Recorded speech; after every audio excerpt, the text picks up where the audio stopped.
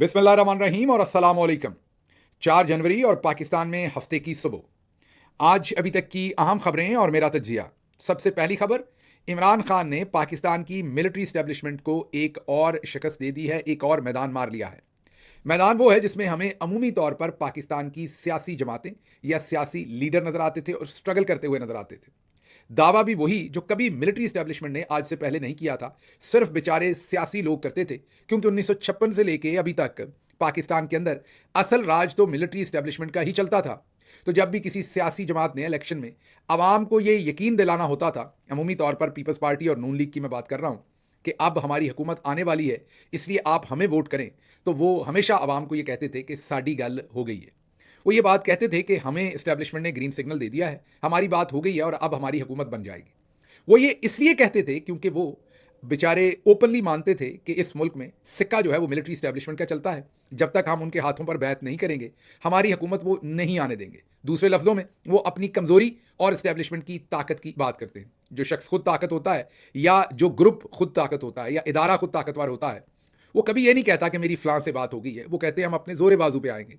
सियासी जमातें, खुसूसी तौर पर नून लीग और पीपल्स पार्टी को बार बार आवाम को ये बताना पड़ता था कि साडी गल हो गई है, ताकि आवाम ये समझें कि इनको डाला हुआ वोट ज़ाया नहीं जाएगा। इनको वोट डाल देते हैं क्योंकि मिलिट्री इस्टेब्लिशमेंट से इनकी बात हो गई है, अब हुकूमत इन्हीं की आनी है, तो हम ऐसी पार्टी को वोट डालें जिसकी हुकूमत आए, ताकि हमारे कोई काम भी हो सके। तो ये एक अमूमी तरीका वारदात था। और इस्टेब्लिशमेंट इलेक्शन से पहले पार्टी चुन लेती थी, उनको फिर इशारा कर देती थी, और मीडिया में भी खुद ही जर्नलिस्टों को बुला के, मीडिया मालकान को बुलाकर कह देते थे कि फलां पार्टी से हमारी बात हो गई है, उनके पीछे हमारा हाथ है और आपने उनको कामयाब करवाना है। वो पार्टी भी हर जगह पर फिर मुस्कुराते हुए बताते थे कि साडी गल हो गई है। इमरान खान ने क्या खूब लड़ाई लड़ी है, और जाहिर है इमरान खान अकेले ने नहीं, इसका क्रेडिट आप सबको जाता है कि आज जो पाकिस्तान की वो माइटी मिलिट्री इस्टेब्लिशमेंट थी, आज वो सियासी जमातों की पोजीशन पर आ गई है। आज पाकिस्तान की इस्टेब्लिशमेंट इमरान खान के सामने और पाकिस्तानी अवाम के सामने इतनी कमजोर पड़ गई है कि उन्हें अब यह मैसेजिंग करने की जरूरत पड़ गई है, उन्हें अब यह बयानियां देने की जरूरत पड़ गई है कि साडी गल हो गई है। जी हां, इस वक्त पाकिस्तान का जो पूरे का पूरा सियासी मैदान है, या गवर्नेंस का मैदान है, या रियासत का मैदान है, उसमें मिलिट्री इस्टेब्लिशमेंट अपने आप को इतना वल्नरेबल समझती है कि अब उन्हें लगता है कि हमें अवाम को जब तक ये ना बताया कि साडी गल हो गई है, किसी ने हमें उस तरह से सीरियस नहीं लेना। तो अब उन्होंने दो लोगों को मैदान में छोड़ा है। एक तो उनके अनडिक्लेयर्ड टाउट स्पोक्स पर्सन है मुनीफ फारूक, और दूसरे आप कई दफ़ा देख लेते हैं कि बड़े बड़े लोगों की जो औलाद होती है, वो दुनिया में होते हुए भी और दुनिया से चले भी जाएं तो उनका नाम बदनाम करती है। इसी तरह जो जनरल हमीद गुल साहब हैं, उनके जो साहबजादे हैं अब्दुल्ला गुल, वो भी ये काम बहुत ही खूबी के साथ सर अंजाम दे रहे हैं कि अगर उनके वालिद का कोई लोग एहतराम कर रहे हैं, तो वो ये यकीनी बनाने की कोशिश करते हैं कि वो अपने वालिद की जो ज़िंदगी है उसके ऊपर उंगलियां ज़रूर अटवाएं, लोगों से मतलब कि क्रिटिसिज्म ज़रूर लें। अब स्टैब्लिशमेंट ने इन दो बेचारे कमज़ोर कंधों पर यह बोझ डाला है कि आप जाएं और पाकिस्तानी अवाम को यह बताएं कि सदर ट्रंप और उनकी एडमिनिस्ट्रेशन से साडी गल हो गई है, और यह भी बताया बेचारों ने कि हम इस काबिल नहीं है कि हमारी बात डायरेक्ट हो सके, हमने बीच में वकील कर लिया, हमने बीच में फलां। आपने देखा है ना, गांव में किसी गरीब आदमी के साथ कोई जुल्म हो जाए, उसकी कोई भैंस खोल के ले जाए, उसके साथ और कोई जुल्म हो जाए, तो वो पास के चौधरी के पास जाता है और चौधरी के डेरे पर जाकर उसकी जो चारपाई की नीचे वाली साइड होती है उस पर बैठता है, और वहां पर बैठ के उससे रिक्वेस्ट करता है कि चौधरी साहब आपकी मदद की जरूरत है, ये हमारा जो गड्ढा फंस गया है, ये हमारा जो काम फंस गया है, ये निकाल के दें, थाने में हो या कहीं और हो। फिर चौधरी साथ चल पड़ता है या फोन कर देता है और उस बंदे का काम हो जाता है। अब हमारी मिलिट्री स्टैब्लिशमेंट खुद अपने अनडिक्लेयर्ड स्पोक्स पर्सन, उन्हें आपने कहना है या टाउट्स कहना है, कल हमने आपको ये तो दिखा दिया था कि जो पाकिस्तान के डीजी आईएसपीआर हैं, वो तो 2023 के बाद उन्होंने कोई ट्वीट नहीं किया। ट्विटर को वो भूल ही गए हैं, बिल्कुल जैसे वो एग्जिस्ट ही नहीं करता। कोई ज़माना सोचिए कि ट्विटर अकाउंट के ऊपर जो आईएसपीआर का, डीजी आईएसपीआर का ट्विटर हैंडल था, उसकी रीच जो थी वो पाकिस्तान के जो टॉप के 2-3 बड़े अकाउंट्स थे उनमें से एक। लेकिन अब जो हालात हैं वो अब ट्वीट कर ही नहीं पाते, तो ट्विटर को, मेन सोशल मीडिया को तो उन्होंने साइड पर रख दिया। अब दूसरा तरीका उनके पास क्या है कि वो आए और प्रेस कॉन्फ्रेंस करें। अब वो भी वजूहात आपके सामने हैं कि जब जब डीजी आईएसपीआर प्रेस कॉन्फ्रेंस करते हैं तो उन बेचारों की जो नेगेटिव रेटिंग है उसमें और इजाफा हो जाता है। तो उन्होंने कई दफ़ा रिपोर्टर्स के साथ वादा किया कि अब मैं हर हफ्ते, हर महीने, हर तरह के वादे उन्होंने किए, आऊंगा और प्रेस कॉन्फ्रेंस करूंगा। लेकिन वो एक प्रेस कॉन्फ्रेंस करते हैं और फिर महीनों गायब हो जाते हैं, और फिर दूसरी प्रेस कॉन्फ्रेंस करते हैं, और जब भी आकर करते हैं अपना नुकसान ज्यादा करवा बैठते हैं। तो इन हालात में जब वो ना सोशल मीडिया यूज कर पा रहे हैं, ना कन्वेंशनल मीडिया मतलब प्रेस कॉन्फ्रेंस कर पा रहे हैं, तो फिर उन्हें टाउट्स का इस्तेमाल करना पड़ रहा है, जिसमें मुनीफ फारूक सरे फहरिस्त हैं, उनसे बार बार वो चीजें कहलवाते हैं। अब मुनीफ फारूक से उन्होंने ये कहलवाया, और आपको पता है कि मुनीफ फारूक उनके कहे बगैर कुछ नहीं कहते। मुनीफ फारूक से उन्होंने ये कहलवाया कि पाकिस्तान की मिलिट्री इस्टेब्लिशमेंट की नाम उन्होंने नहीं लिया, लेकिन कहने का मकसद और आप तक पैगाम पहुंचाने का मकसद यही है कि हमने सऊदी अरेबिया से बात की है, और सऊदी अरेबिया, ये मुन्ने मुनीब फारूक के अल्फाज हैं, मैं नहीं कह रहा, वो कहते हैं कि सऊदी अरेबिया खुद भी इमरान खान को पसंद नहीं करता और उन्होंने ट्रंप एडमिनिस्ट्रेशन को बता दिया है कि इमरान खान हमें भी कुछ ज़्यादा पसंद नहीं और आपने उसकी मदद नहीं करनी, उसको जेल में ही रहने देना है और आप पाकिस्तान के मामलात हम पर छोड़ दें और उसके अंदर कोई इन्वॉल्वमेंट ना दें। ये अब मुन्ने मुनीब फारूक के थ्रू जो है वो आप तक पैगाम हमारी मिलिट्री स्टैब्लिशमेंट ने पहुंचाया। दूसरी तरफ जो हमीद गुल के साहबजादे हैं वो क्या कहते हैं, सुने। आज आपको ये एक ब्रेकिंग न्यूज भी दे रहा हूँ। Mohammed bin Salman, crown prince of Saudi Arabia, और उनके भाई हैं खालिद बिन सलमान साहब, जो उनके डिफेंस मिनिस्टर हैं सऊदी अरब के। आपको पता है जैरेड कुशनेर जो है वो दामाद हैं डोनाल्ड ट्रंप साहब के। उन्होंने उनके साथ एक बड़ा अच्छा दोस्ताना उनका है सऊदियों का। तो वो खालिद बिन सलमान साहब ने जो है वो कहीं उनसे बात की कि ये पाकिस्तान के अंदरूनी कानूनी मामलात हैं, इस पे अमेरिका जो है जरा दूर रहे, इससे आपके और अमेरिका के और पाकिस्तान के जो ताल्लुकात हैं उसके अंदर खराबी पैदा हो सकती है। और ये पैगाम बड़े अच्छे और मजबूत जामे अंदाज में हमारे सऊदी भाइयों ने पहुंचाया। और उसके बाद ये भी मैं आपको बताता चलूं कि अमेरिका को समझ आ गई है, उनको पता चल गया है। और जहां तक मेरी ना सुन लिया आपने। अब इन दोनों की जो स्टेटमेंट्स हैं इनको अगर हम इकट्ठा करें तो इसमें दो तीन आम चीजें। पहली चीज तो ये कि इसमें कमजोरी का एहसास है या कमजोरी का एक्सप्रेशन है जो अब सियासतदानों की तरह पाकिस्तानी मिलिट्री स्टैब्लिशमेंट को मानना पड़ रहा है कि पहले तो नून वाले कहते थे, पीपल्स पार्टी वाले कहते थे कि हमारी स्टैब्लिशमेंट से बात हो गई है, अब स्टैब्लिशमेंट कह रही है कि साडी भी गल हो गई है। तो पहले तो इमरान खान उस जगह पर ले आए हैं मामलात को जिसको आप कहते हैं कि लेवल हो गया ग्राउंड, बिल्कुल अब बराबर पे आ गया काम, पहली बात। दूसरी बात ये कि ये बहुत ही खूनख्वार किस्म की मूव की है। अपना तो चलें, फायदा नुकसान जो करना है, सऊदी अरब को बहुत ही डिफिकल्ट पोजीशन में डाल दिया है। सऊदी अरब की मैं आपको एक अंदर की सिचुएशन बताऊं कि भले सऊदी अरब में उस तरीके से आपको जमहूरियत या वो चीज़ें वहां पर डेमोक्रेसी या इलेक्शंस नहीं है, लेकिन जो सऊदी फरमारवा हैं या सऊदी अरब के जो क्राउन प्रिंस हैं या सऊदी अरब का जो शाही खानदान है या सऊदी अरब का जो डिप्लोमेटिक उनका विंग है, वो तमाम के तमाम पब्लिक जो परसेप्शन है, राय है, उसका बहुत ही उनको एहसास भी है या आप कहें वो उनके लिए बड़ा क्रिटिकल है, उसके बारे में वो बहुत ही सेंसिटिव है और खुसूसी तौर पर पाकिस्तानियों के बारे में।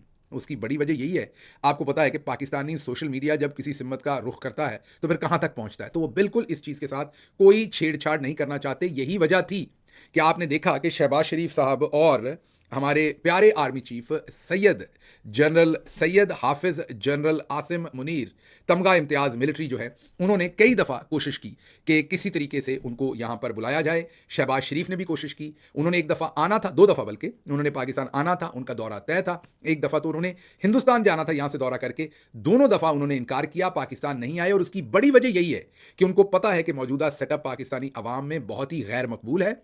इनके साथ कुर्बत करने का मतलब है पाकिस्तानी अवाम की दुश्मनी मोल लेना, या दुश्मनी चले सख्त लफ्ज़ होगा, पाकिस्तानी अवाम की नापसंदीदगी मोल लेना। तो जो शाही खानदान है वहाँ का और उनका जो डिप्लोमेटिक विंग है वो कभी भी ये एडवाइस नहीं करता। इसीलिए आपने देखा कि सऊदी अरब ना ही एसआईएफसी में और ना ही किसी और चीज़ के अंदर उस तरीके से उन्होंने गर्मजोशी नहीं दिखाई और एक डिस्टेंस मेंटेन रखा, जिसे आप सेफ डिस्टेंस कह सकते हैं, ताकि तोपों का रुख, अवामी तोपों का रुख उनकी तरफ ना हो। अब जो पाकिस्तान की मिलिट्री स्टैब्लिशमेंट है वो अपनी कमजोरी को छुपाने के लिए सऊदी अरब को यहां इस्तेमाल कर रहे हैं।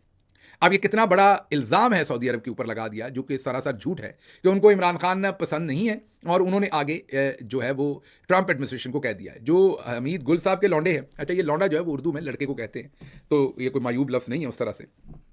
जो हमीद गुल साहब के लौंडे हैं वो ये कहते हैं कि खालिद बिन सलमान वही है जो मोहम्मद बिन सलमान साहब के भाई हैं सगे, और वो अमेरिका के अंदर सफ़ीर भी रहे हैं। जब आपको याद होगा जमाल खशोगी का इस्तांबुल के अंदर कत्ल हुआ था, वो जो एक अखबार नवीस थे, और उस वक्त खालिद बिन सलमान जो थे वो सऊदी सफ़ीर थे अमेरिका के अंदर, और उस कत्ल के बाद थोड़ी देर के बाद वो वहाँ से सफारत अपनी जो ड्यूटी थी उसको छोड़ के वापस सऊदी अरब आ गए थे। अब ये ज़रूरी नहीं कि उनका इस कत्ल के साथ कोई लेना देना था, मैं वैसे आपको वो अवॉइल बताने की कोशिश कर रहा हूँ कि क्या क्या हुआ।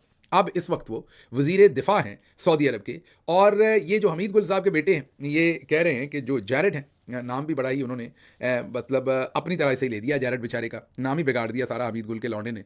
चलें कोई नाम ही कहीं से लिख पढ़ लेते, किसी से पूछ लेते। बहरहाल उन्होंने ये कहा है कि खालिद जो हैं वो बहुत ही करीबी दोस्त हैं जैरेड के, और उन्होंने प्रिंस खालिद ने जैरेड को कहा और जैरेड ने अपने ससुर को कहा है कि आपने इमरान खान के मामलात में किसी किस्म का अमल दखल नहीं लेना।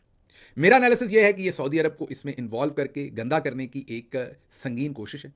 मैं अपनी पार्टी के फोरम पे भी ये कहूँगा कि फौरी तौर पर सऊदी एम्बेसडर से रब्ता किया जाए। मैंने एक ट्वीट भी किया है कि मिलिट्री सऊदी एम्बेसी को या सऊदी गवर्नमेंट को चाहिए कि वो पाकिस्तानी मिलिट्री को ये पैगाम भेजे कि ये जो आपके टाउट किस्म के सहाफ़ी हैं जो आपके कहने पर बयान देते हैं, इनको एक तो ये फीड करना बंद करें इस तरह की खबरें, और इनके बयानों से लातल्लुकी करें, क्योंकि इससे जो सऊदी अरब और पाकिस्तान के रिलेशनशिप्स हैं ये उनको सेबोटाज करने की एक बहुत ही घिनौनी कोशिश है, जिसकी जितनी मजम्मत की जाए वो कम है। और सऊदी अरब को खामखा इसमें कंट्रोवर्शियल करने की कोशिश है, जो कि आपके सामने कौन कर रहा है वो भी आपने देख लिया, और इसकी जितनी मजम्मत की जा सके वो कम है। अच्छा जी, ये तो हो गई जो साड़ी गल हो गई है वाली साइड मैंने आपको बताई। दूसरी खबर अब अमेरिका से आपको देते हैं। अमेरिका में सदर ट्रंप ने 2 आयरन लेडीज, जी हाँ, 2 बहुत ही तगड़ी किस्म की खवातीन की अपॉइंटमेंट की है। एक का नाम मॉर्गन है और दूसरी का नाम टैमी है। अब ये जो मिस टैमी है, टैमी ब्रूस गालिबन उनका पूरा नाम है। जो टैमी ब्रूस हैं ये फॉक्स न्यूज़ पर पहले काम करती थी और इनको अभी स्टेट डिपार्टमेंट का स्पोक्स पर्सन लगाया है।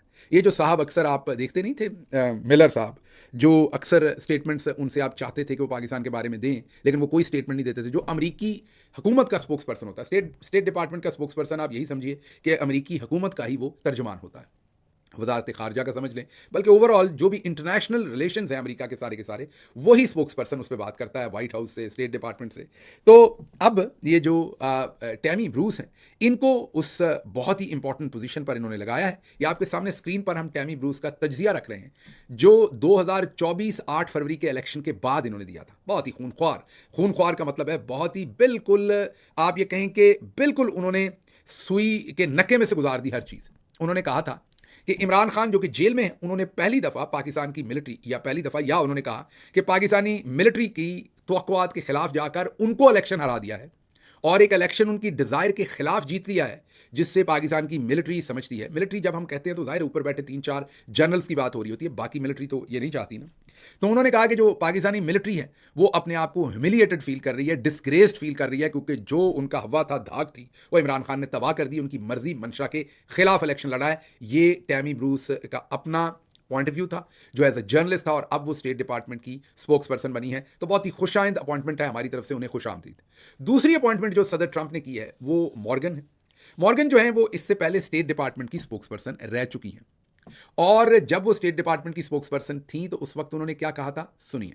With Pakistan, as evidenced by the fact that President Trump decided to stop all military aid early into his administration. I think with Prime Minister Khan, you've seen a better relationship when we have those two leaders that get along quite well personally, which is crucial. Listen, there's a lot of complicated relationships around सुन लिया आपने। उस वक्त उन्होंने इमरान खान की तारीफ की थी और कहा था कि पाकिस्तान के और अमेरिका के ताल्लुकात ख़राब रहे हैं, अमेरिका को पाकिस्तान के ऊपर पाबंदियां लगानी पड़ी। लेकिन जब इमरान खान वज़ीर आज़म बने तो इमरान खान और सदर ट्रंप के रिलेशनशिप बहुत बेहतरीन रहे, और इन दोनों के दौर में जो रिलेशनशिप्स थे उनमें एतमाद का भी इजाफा हुआ और दोनों एक दूसरे को कदर की निगाह से देखते थे। अब ये जो मिस मॉर्गन है, इनको स्पेशल डिप्टी इन्वॉय लगाया है। जो स्पेशल टास्क है उसमें इन्वॉय नहीं है, आपको पता है रिचर्ड ग्रैनल तो इन्वॉय लगाए थे, ये डिप्टी इन्वॉय लगाई गई हैं, और इनका जो पोर्टफोलियो है वो है मिडल ईस्ट।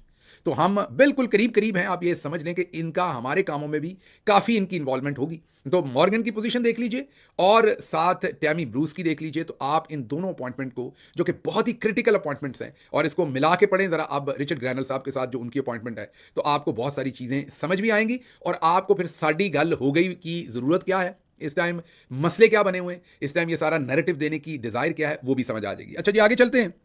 ओवरसीज पाकिस्तानियों से सर्वे हो रहा है स्वीडन में। एक लिंक अब सामने आया है कि स्टेट बैंक ऑफ पाकिस्तान सर्वे कर रहा है स्वीडन और दूसरी एम्बेसियों में भी कि आप कितने पैसे भेजते हैं, अपनी लोकेशन क्या है। तो ये रेमिटेंसेस के बारे में सर्वे हो रहे हैं। रेमिटेंसेस के बारे में आपको दोबारा याद करवा दें कि इमरान खान की आपको कॉल है कि रेमिटेंसेस भेजने आपने बंद कर देने। जाहिर है जनवरी से ही इफेक्टिव होगी, वो दिसंबर के तो आखिरी दिनों में इमरान खान साहब ने वो कॉल दी थी। अब जनवरी ऑनवर्ड वो मुकम्मल उसकी जो एग्जीक्यूशन है वो हो गई हुई है, और आपसे हम बार बार रिक्वेस्ट करते हैं कि आपने जितने कम से कम पैसे आप वहाँ भेजें वही पाकिस्तान के लिए अच्छे हैं, ताकि इस रजीम से हमारा जो है वो छुटकारा हो सके। तो आप कम से कम 30-40% पैसों को ज़रूर रोकिए और उनको पाकिस्तान ना भेजिए। बहरहाल अब ओवरसीज़ पाकिस्तानियों से ये जो सर्वे किए जा रहे हैं इसमें उनकी लोकेशन मांगी जा रही है, और दूसरी चीज़ें मेरा मशवरा होगा कि ऐसी कोई भी इन्फॉर्मेशन इनको ना दी जाए, या आप ही के खिलाफ बाद में इस्तेमाल की जा सकती है। अच्छा जी, अगली खबर जो आपके सामने देनी है वो इंटरनेट बंदिश पर है। अब अजमल जामी साहब और उनके साथ साथ दूसरे जो सहाफ़ी हज़रात हैं, सोहराब बरकत, वो कह रहे हैं कि पिछले 2 दिन से पाकिस्तान में इंटरनेट फिर शदीद स्लो है। लेकिन साथ राणा सनाउल्लाह साहब का बयान यह है कि इंटरनेट की जो बंदिश है उसमें पीपल्स पार्टी बराबर की हिस्सेदार है। उन्होंने कहा अगर ये गंदा काम है तो पीपल्स पार्टी बराबर की हिस्सेदार है। वो ये नहीं कह सकती कि इंटरनेट सिर्फ हमने बंद किया या हुकूमत इकट्ठे है। इससे अगला बयान आपके सामने शाहिद खकान अब्बासी का रखते हैं, क्योंकि उन्होंने हंसते हुए ये कहा कि आप हालात देखेंगे इस मुल्क का जो प्राइम मिनिस्टर है वो पहले ट्विटर पर पाबंदी लगवाता है वजारत दाखिला से, उसके बाद वीपीएन ऑन करता है और वीपीएन ऑन करके ट्विटर के थ्रू ट्वीट करता है। तो आप उन्होंने कहा कि इस हुकूमत की जो तमाम इखलाकी स्टैंडिंग है वो आपको यही नजर आ जाएगी कि इन बेचारे इतने मजबूर हैं कि किसी के कहने पर, ज़ाहिर मिलिट्री एस्टैब्लिशमेंट की तरफ इशारा कर रहे हैं, उनके कहने पर इन्हें ट्विटर बंद करना पड़ता है और फिर खुद वीपीएन के साथ इस्तेमाल करना पड़ता है। उन्होंने कहा यही इनकी हैसियत है, यही इनकी औकात है और इसी से आपको समझ आ सकती है कि ये कितनी सीरियस हुकूमत है। अच्छा जी, जमात इस्लामी आजकल बहुत ज़्यादा पाकिस्तान तहरीक इंसाफ से जवाब मांग रही है कि आप बताइए आपने इसराइल के लिए क्या किया। तो अभी पिछले थोड़े अरसे का जो उनके ट्विटर अकाउंट का एनालिसिस किया, एक तो मेरा हादसा ही निकल गया कि जो जमात इस्लामी एक फिर भी मोतबर जमात है, उनका जो उनकी पोस्ट्स हैं उनका जब एनालिसिस किया, सैकड़ों पोस्ट्स का एनालिसिस किया, तो पता चला कि ऑन एवरेज सिर्फ 12 लोग उनकी पोस्ट के ऊपर कमेंट करते हैं, माशाल्लाह।